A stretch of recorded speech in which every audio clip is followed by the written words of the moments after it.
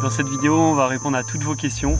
Est-ce que c'était pas trop dur le retour en France? Quels sont nos plans pour la suite? Combien on gagne avec les réseaux sociaux? Combien on gagne sur YouTube? On m'a aussi beaucoup demandé si j'étais complètement remise du paludisme, si j'avais encore des crises. Également des nouvelles de Léon, parce qu'on l'a laissé en panne en Namibie, donc comment on va s'y prendre maintenant pour le réparer. On va répondre un petit peu à tout ça dans cette vidéo.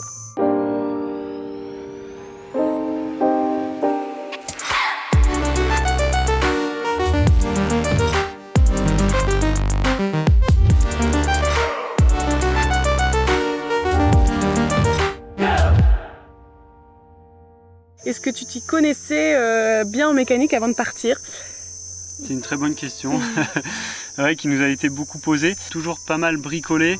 J'ai fait une formation d'ingénieur en mécanique, donc ça peut paraître très bien pour faire de la mécanique auto, sauf que quand tu es ingénieur en mécanique et que tu ouvres un capot, bah, au final tu es un peu perdu, tu sais rien faire. Donc j'ai toutes les bases un peu de la théorie derrière, mais la mécanique automobile c'est juste c'est de l'entraînement et ça s'apprend sur le tas quoi, et du coup ça s'apprend en le faisant. Et petit à petit, à chaque fois que j'avais un truc à changer, à démonter, au début t'es là devant le truc, ça a l'air hyper compliqué et tu te rends compte que quand tu le fais, une fois que tu l'as fait, tu te dis bah en fait c'était pas si dur que ça.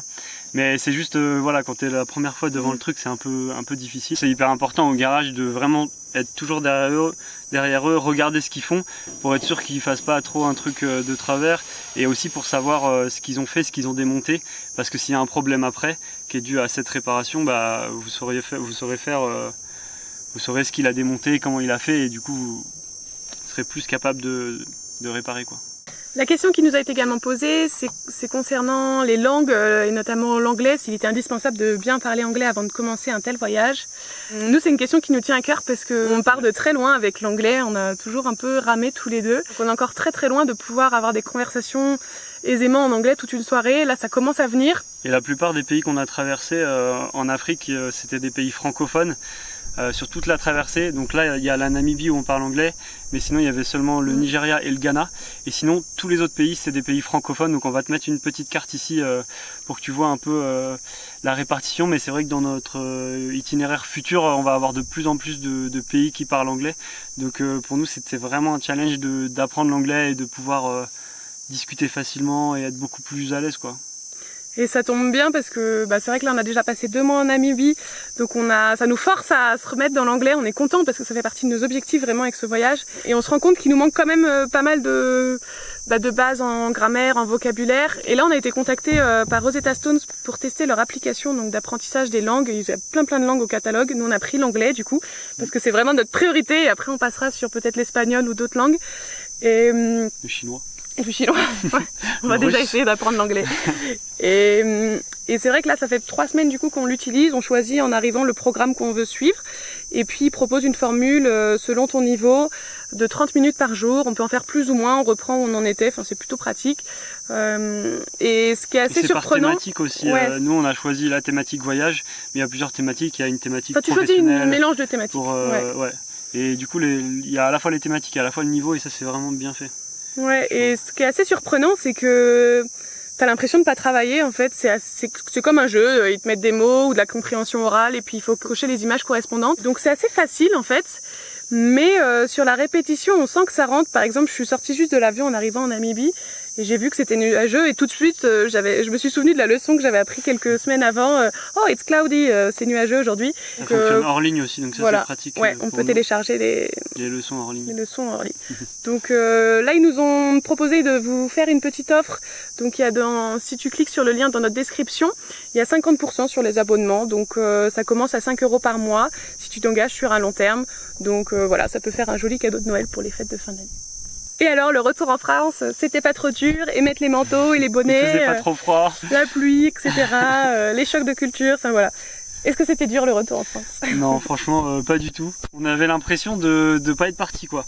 On est rentré et rien n'a changé, tout était pareil. On était trop contents de voir nos proches, de voir notre famille, de passer du temps avec eux. C'était surtout ça qui était important. C'était quand même assez fatigant le retour en France, parce qu'au début on est arrivé, on avait un planning ultra chargé entre aller voir toutes nos familles, nos proches, et puis aussi organiser les conférences.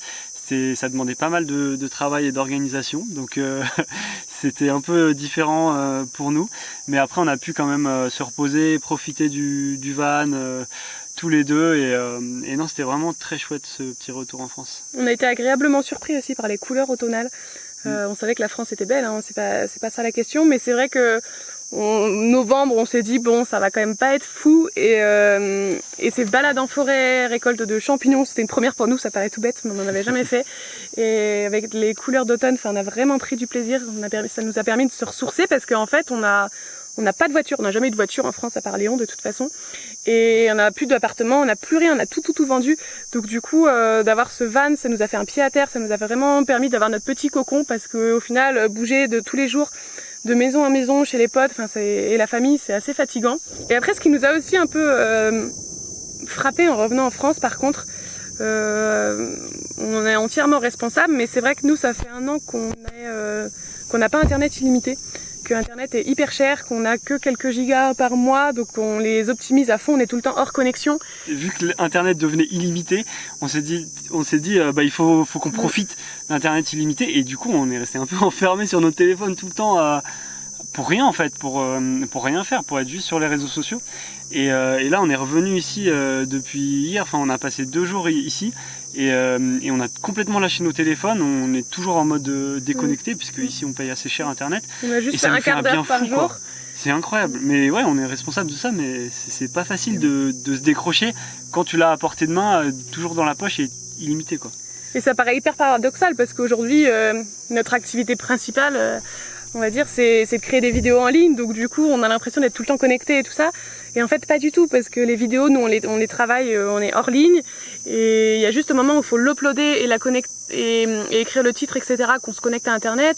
On est très présent sur Instagram, mais pas forcément au quotidien, parce que du coup on n'aime pas nous forcément être connectés tous les jours.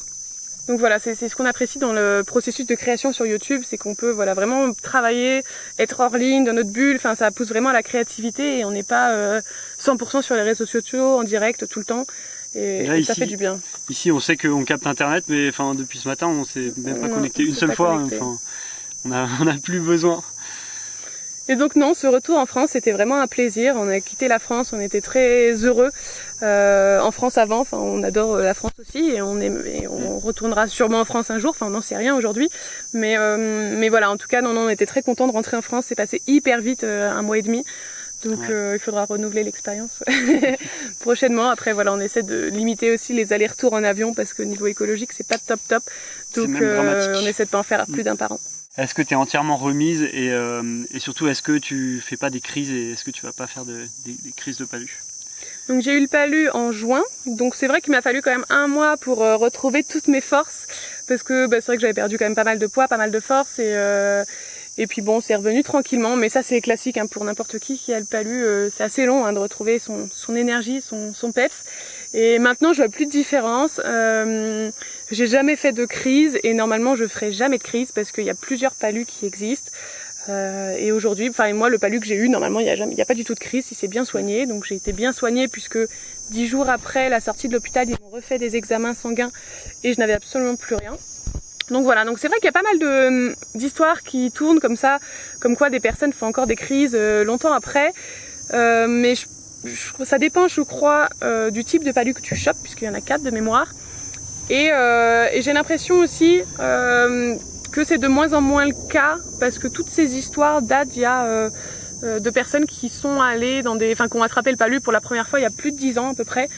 Donc c'est une maladie qui évolue très très vite. En tout cas moi normalement je ne devrais jamais avoir de crise, parce que j'ai pas eu un palu qui revient, et j'ai été complètement soignée. Donc voilà, normalement c'est bon. Tu devrais être plus résistante que moi maintenant. On fera attention à toi. Le prochain c'est moi. Surtout qu'on vient de revenir en Namibie là, et on retrouve les moustiques, parce que c'est la saison des pluies, donc il fait très chaud, mais on a vu quelques gouttes pour l'instant, mais il est censé être la saison des pluies, mais il pleut pas encore. Et hier on a vu un peu de moustiques. Là il y a un peu de vent, donc ça. On était en ville. Ouais. Bon, et Léon alors, parce que donc nous on est en pleine santé, mais et Léon, comment va-t-il? Eh ben Léon est toujours en panne. Mais du coup on est revenu avec les pièces neuves qu'on s'était fait livrer en France. On a fait le tour de tous les garages, du coup pour faire des devis un peu pour qu'ils nous changent les pièces. C'est assez délicat et difficile à à changer, il faut plein d'outils spéciaux, donc je vais pas le faire moi-même. Et donc ça y est, on a un devis, on a même pris rendez-vous pour un garage lundi. Donc normalement ça devrait prendre une journée complète, voire 2 jours. Donc sachant voilà. que D'ici une semaine on repart, ça devrait être bon. Sachant que ce qui est un petit peu complexe pour nous, c'est que dès qu'on va dans des garages comme ça, pour des grosses pannes, bon en fait c'est la première fois que ça nous arrive, mais si ça nous était arrivé une fois au Maroc, mais du coup nous c'est notre maison, donc ça veut dire qu'il faut ranger, vider le véhicule pour éviter tout, d'attirer l'œil, enfin les vols, etc. Même si on a confiance, on va pas laisser des choses de valeur, voilà, parce qu'on laisse les clés au garage. Il faut qu'on trouve un endroit où dormir, puisque nous on dort dans le véhicule, donc là il va falloir qu'on se prenne un hôtel, je pense, donc on a besoin de savoir un petit peu combien de temps ça va durer au garage. On peut pas vraiment se permettre que ça dure une semaine. Enfin, on a besoin de prévoir un petit peu pour notre budget et puis pour réserver l'hôtel. Donc là, il nous a dit que ça pouvait peut-être durer une journée et au pire 2. Enfin, si tout se passe bien. Après, s'il manque des pièces, ça peut durer vraiment plus longtemps, mais là on verra. Donc on sait même pas si on va réserver un hôtel. Je pense qu'on va faire nos sacs et puis à mi-journée, on verra ce qu'il nous dit si on réserve un hôtel ou pas. On va faire des pré-réservations, je pense. On va voir. Quel est notre itinéraire? Alors ça tourmente beaucoup de personnes, mais vous avez vraiment pas d'itinéraire, vous savez vraiment pas quand est-ce que vous quittez l'Afrique, etc., ce que vous faites après. Alors on a un mois de visa en Namibie qu'on a redemandé, mais je pense qu'on va pas rester un mois en Namibie, et on sait toujours pas si on va au Botswana ou en Afrique du Sud. Ça fait, je sais pas, 4 mois qu'on se pose la question, on n'arrive pas à se décider. On s'était dit qu'on irait sûrement en Afrique du Sud parce que c'est le bon climat là en ce moment pour la région de Cape Town, parce qu'autrement il peut faire très froid. Et en même temps, il y a quand même pas mal de problèmes de sécurité en Afrique du Sud et on a peur d'être ennuyé, de devoir dormir tout le temps dans des campings et voyager. Enfin, ça nous correspond pas en fait. Si c'est pour voyager, être tout le temps dans des campings, enfin, c'est un petit peu dommage. Et en même temps, le Botswana nous attire énormément. Donc je crois qu'on va plutôt se pencher vers le Botswana. Même si c'est pas forcément la bonne saison, ça va peut-être être la saison des pluies. Enfin, il faut qu'on voit un peu. Il faut vraiment qu'on voit là. Et du coup, après l'Afrique, où est-ce qu'on va? Du coup, non, c'est toujours pas. C'est toujours pas. On avait parlé de soit l'Amérique du Sud, soit l'Asie. Nous, on est beaucoup plus chaud pour l'instant pour partir en Asie, pour mettre Léon sur un bateau entre l'Afrique du Sud et Singapour, Thaïlande ou Inde. Enfin, pour l'instant, on n'a pas trop encore regardé les bateaux. Mais il n'est pas impossible qu'au moment où on se renseigne pour les bateaux, si jamais c'est 2 fois moins cher pour aller en Amérique du Sud, on va peut-être aller en Amérique du Sud. On verra, on est encore ouvert à tout. Et en fait le shipping, donc envoyer le véhicule sur un bateau, c'est hyper cher, c'est plusieurs milliers d'euros.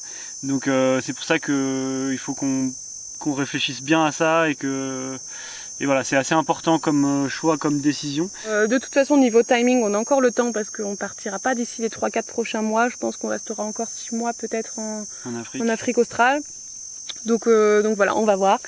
Et puis de toute façon, comme le début, on n'a toujours pas d'itinéraire de précis prévu. Chaque journée, on se laisse porter par les rencontres qu'on fait et les conseils en fait des personnes qu'on croise sur la route. Oui, la question qui nous a été posée pas mal de fois et qui titille beaucoup de monde, je crois, c'est est-ce que après 1 an et demi de travail à temps plein sur cette chaîne YouTube, on arrive enfin à se dégager des revenus pour en vivre? Je te laisse y répondre. Ouais, déjà avant de donner un montant de combien on gagne par mois, on voulait un peu vous expliquer comment ça fonctionne. Donc on a une partie de l'argent qui vient des pubs YouTube, donc YouTube met automatiquement des pubs sur nos vidéos et donc on récupère une petite partie des revenus générés par ces pubs. Ensuite il y a les partenariats, le fait de faire des partenariats avec des marques peut rapporter de l'argent. Après c'est assez difficile d'avoir des partenariats rémunérés. La plupart des marques nous proposent de nous envoyer leurs produits gratuitement pour qu'on parle de leurs produits. Sauf que on reçoit des mails toutes les semaines pour valoriser, parler des produits. Sauf que la plupart du temps, c'est pas des produits dont on a besoin, c'est pas des produits qu'on a envie de valoriser, de mettre en avant. On a plein de vendeurs Amazon qui veulent nous envoyer des produits électroniques fabriqués en Chine, etc. Et c'est des trucs que nous on n'a pas besoin, on n'a pas la place. Et voilà, on n'a pas envie de promouvoir tout un tas de produits, surtout que on prône un peu le minimalisme et le fait de consommer peu, moins. Donc on n'est pas totalement en accord avec tout ça. Même le fait qu'il y ait des pubs sur YouTube, ça nous correspond pas vraiment, et parce que tout ça c'est fait pour toujours plus de consommation, mais d'un autre côté c'est une manière qui permet pour nous de rémunérer un peu tout notre travail, puisque pour chaque vidéo on a entre 10 et 20 heures de travail juste de montage. Après il y a le tournage, et après il y a toute la gestion de la chaîne, la gestion de tous les commentaires, trouver une connexion internet. Trouver une connexion internet. L'upload qui prend plusieurs heures, télécharger la vidéo. Et puis il y a aussi tout ce qui est le processus créatif. En fait, on réfléchit énormément sur qu'est-ce qu'on va produire, qu'est-ce qu'on va faire, quelle valeur on veut donner sur cette chaîne. Et on est toujours en pleine réflexion. Donc être youtubeur, c'est un vrai métier. On n'est pas juste là en faisant vite fait des vidéos de nos vacances et on les met sur YouTube et on gagne de l'argent. C'est vraiment, il y a un vrai métier derrière, il y a beaucoup de contacts avec les partenariats, et on reçoit beaucoup de demandes, mais aussi on essaye de créer des partenariats qui ont du sens. Par exemple, le partenariat qu'on a fait avec ISKP, c'est vraiment nous qui les avions contactés pour qu'on ait un van et pour que eux ils aient de la visibilité en même temps, et voilà, on a envie de créer vraiment des partenariats construits et qui apportent quelque chose aussi à notre communauté. Donc c'est pour ça que pour l'instant on a fait 3 partenariats peut-être, deux partenariats payants, ouais. Deux partenariats où on a été rémunérés, ouais. Je crois pour l'instant. Mais c'est vrai qu'on n'a pas envie non plus trop de collaborer avec des marques qu'on ne connaît pas ou des marques juste de consommation. Les marques qui ont le budget, c'est vraiment les grosses marques, et c'est souvent des marques qu'on n'a pas trop envie de valoriser. Donc voilà, on n'est pas... C'est pas compliqué, c'est pas facile, ouais. Ouais, c'est vraiment pas facile, mais en même temps, ça nous permet de pouvoir vivre de notre passion, de pouvoir vivre de notre métier. Oui, c'est vraiment pas évident. Pour l'instant, malheureusement, on n'a pas forcément d'autres sources de revenus. On essaie, on aimerait, parce que nous, c'est vrai qu'aujourd'hui, on a arrêté un petit peu de consommer des biens matériels. Par contre, on a augmenté peut-être nos consommations de services, donc d'apprentissage, d'achat de livres, de formation, et de services, et de produits de qualité. Donc c'est plutôt ça qu'on aimerait, collaborer avec des marques qu'on utilise. Et donc pendant un an, on n'a pas eu de revenus en fait avec YouTube, donc on a investi pas mal parce qu'il a fallu, donc on avait la chance d'avoir ton matériel, toi qui étais déjà acheté de base, donc on n'a pas eu à investir tout ce matériel. Le matériel vidéo. Mais après, on a calculé là justement, on a quand même à peu près 200 € de frais par mois, juste d'achat des musiques, il va falloir, il y a le matériel qui tombe en panne au fur et à mesure quand même aussi, ou qu'il faut renouveler. Et puis, qu'est-ce qu'il y a d'autre ? Il y a la connexion internet, donc il y en a une partie qu'on a besoin de toute façon, mais on a compté juste la partie qui sert juste au téléchargement des vidéos, par exemple. Et puis voilà, après il y a les abonnements, il faut payer le site internet, des choses comme ça. Il y a plein de petites charges comme ça en fait qu'il faut payer en plus. Donc on a déjà, c'est plus de 200 € juste de charges. Et après, en revenu, donc pendant un an, il a fallu payer ses charges, mais on n'avait pas de revenus. Et là aujourd'hui, on arrive quasiment à être autonome parce qu'on a la chance de dépenser très peu. Donc on arrive à dépenser à peu près 1 000 € par mois en voyage. À deux pour deux, donc 500 € par personne en voyage. Il faut dire que c'est pas forcément parce qu'on est en Afrique, c'est juste parce qu'on vit en van. Et quand on était en France, on dépense pas plus en fait en van. C'est vraiment ce mode de vie, donc forcément si on devait vivre en appartement et avoir un loyer en plus, ce serait compliqué. Mais là aujourd'hui, avec Léon qui tient bon et si on n'a pas trop d'embrouilles, on arrive à... sans les pannes. Voilà, sans les pannes. Ouais. Donc là aujourd'hui, c'est les premiers mois où on arrive à peu près à être à l'équilibre, donc on est content. Mais ça veut dire qu'il faut continuer. Et après, par contre, ce qui nous embête un petit peu, c'est que on aimerait peut-être se détacher des pubs YouTube, mais pour l'instant ça représente quand même quelques centaines d'euros par mois, et en fait on peut pas se passer de ça parce que on a quand même il nous reste un petit peu nos économies, donc c'est vrai qu'on est serein, mais il faut quand même qu'on gagne quelques euros, donc voilà. On est loin d'avoir un salaire, mais on arrive à être un petit peu autonome, donc on est content. Pour cette vidéo, on remercie donc Rosetta Stone qui est un des premiers partenariats qu'on fait. Et donc qui sponsorise cette vidéo et puis qui en plus vous offre donc 50% de réduction dans le lien disponible dans la description de cette vidéo. Voilà, à lundi prochain.